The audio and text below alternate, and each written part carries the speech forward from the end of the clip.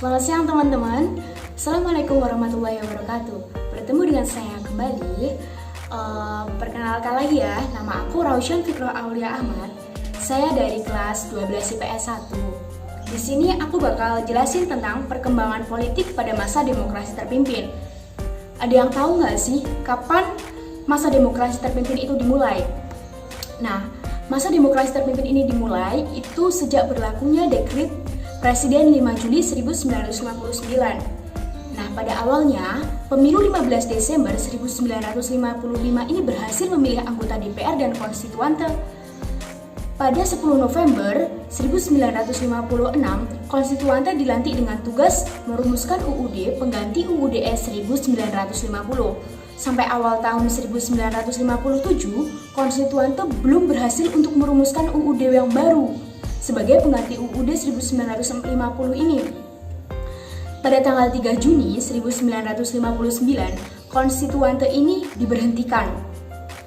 Nah, pada tanggal 16 Juni 1959, Ketua Umum PNI, Suwiryo, meminta Soekarno mendekretkan kembali UUD 1945 dan membubarkan konstituante.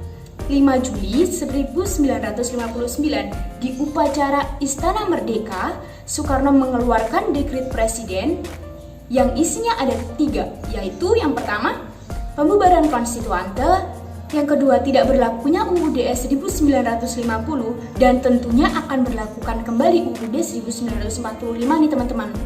Yang ketiga, pembentukan MPRS dan DPAS. Yang kedua, kita bakal bahas tentang pelaksanaan demokrasi terpimpin. Sebenarnya dari kapan sampai kapan ini terjadi demokrasi terpimpin ya teman-teman? Jadi demokrasi terpimpin ini dimulai dari 5 Juli 1959 yang ditandai dengan keluarnya dekret presiden sampai berakhirnya kekuasaan Presiden Soekarno tahun 1966. Sisi positif dekret presiden 5 Juli 1959 ini ada 3 teman-teman. Yang pertama, menyelamatkan negara dari perpecahan dan krisis politik yang berkepanjangan. Yang kedua, memberikan pedoman yang jelas, yaitu UUD 1945 dari kelangsungan hidup negara. Dan yang terakhir, merintis pembentukan lembaga tertinggi negara, yaitu MPRS dan lembaga tinggi negara DPAS.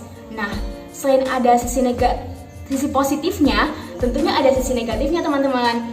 Nah, sisi negatifnya yang pertama, memberikan kekuasaan besar kepada presiden dan lembaga tinggi negara. Yang kedua, memberikan peluang bagi militer dalam bidang politik. Nah, kenapa sih bisa disebut dengan demokrasi terpimpin?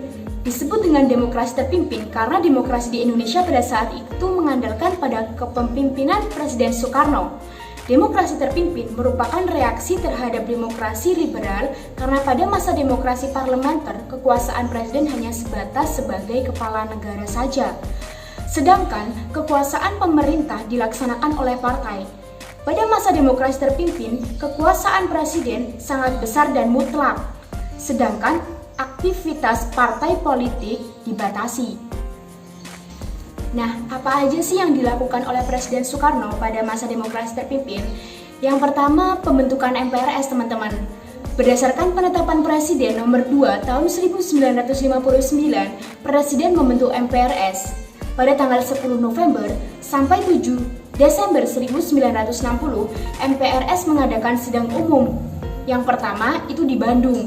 Hasil sidang itu, yang pertama, ketetapan MPRS nomor 1 garis miring MPRS garis miring 1960 yang menetapkan Manifesto Politik Republik Indonesia sebagai GBHN. Yang kedua, ketetapan MPRS nomor 2 garis miring MPRS garis miring 1960 tentang garis-garis besar pola pembangunan nasional semesta berencana. Tahap pertama dilakukan pada tahun 1961 sampai dengan 1969 nih teman-teman. Nah, berdasarkan UUD 1945 ini, kedudukan presiden berada di bawah MPR, tetapi pada kenyataannya MPRS selalu tunduk kepada presiden. Bahkan anggota MPRS ini juga dipilih oleh presiden. Yang kedua, ada pembubaran DPR dan pembentukan DPR-GR. Hasil pemilu tahun 1955, untuk memilih DPR dibubarkan pada tanggal 5 Maret 1960 karena DPR menolak RAPBN tahun 1960 yang diajukan pemerintah. Lalu, Presiden menyatakan bahwa DPR dibubarkan dan sebagai gantinya, Presiden membentuk DPR GR. Padahal, tindakan Presiden tersebut bertentangan dengan UUD yang seharusnya Presiden tidak dapat membubarkan DPR. Aneh kan teman-teman? Yang ketiga, pembentukan Dewan Pertimbangan Agung Sementara. Apa sih itu isinya? Nah, DPAS dibentuk berdasarkan penetapan Presiden nomor 3 tahun 1959 dan dilantik 15 Agustus 1959, teman-teman. Nah, lembaga ini diketuai oleh Presiden sendiri. Anggota DPR terdiri dari wakil ketua yaitu Ruslan Abdul Ghani. Tugas DPAS adalah memberi jawaban atas pertanyaan Presiden dan mengajukan usul kepada pemerintah. Nah, yang keempat, pembentukan Front Nasional. Front Nasional dibentuk berdasarkan penetapan Presiden nomor 13 tahun 1959, teman-teman. Front Nasional merupakan sebuah organisasi massa yang memperjuangkan cita-cita, proklamasi dan cita-cita yang terkandung dalam UUD 1945 tentunya ya, teman-teman. Nah, tujuan pembentukan Front Nasional sendiri itu menyatukan seluruh potensi nasional agar menjadi kekuatan untuk menyukseskan pembangunan. Nah, Front Nasional dipimpin oleh Presiden Soekarno sendiri. Tugasnya menyelesaikan revolusi nasional, melaksanakan pembangunan, dan pengembalian Irian Barat. Nah, yang terakhir atau yang kelima, pembentukan Kabinet Kerja. Pada tanggal 9 Juli 1959, Presiden membentuk Kabinet Kerja.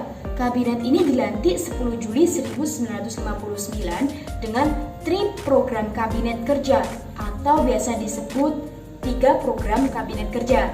Isinya yaitu yang pertama, mencukupi kebutuhan sandang pangan, yang kedua, menyelenggarakan keamanan rakyat dan negara, dan yang ketiga, melanjutkan perjuangan menentang imperialisme ekonomi dan imperialisme politik Irian Barat.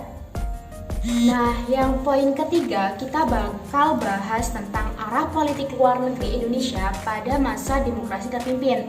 Nah, yang pertama, peran aktif Indonesia pada awal masa demokrasi terpimpin itu yang pertama, pengiriman pasukan Garuda II ke Kongo untuk bergabung dengan pasukan perdamaian PBB atau UNOP, United Nations Operation for Congo.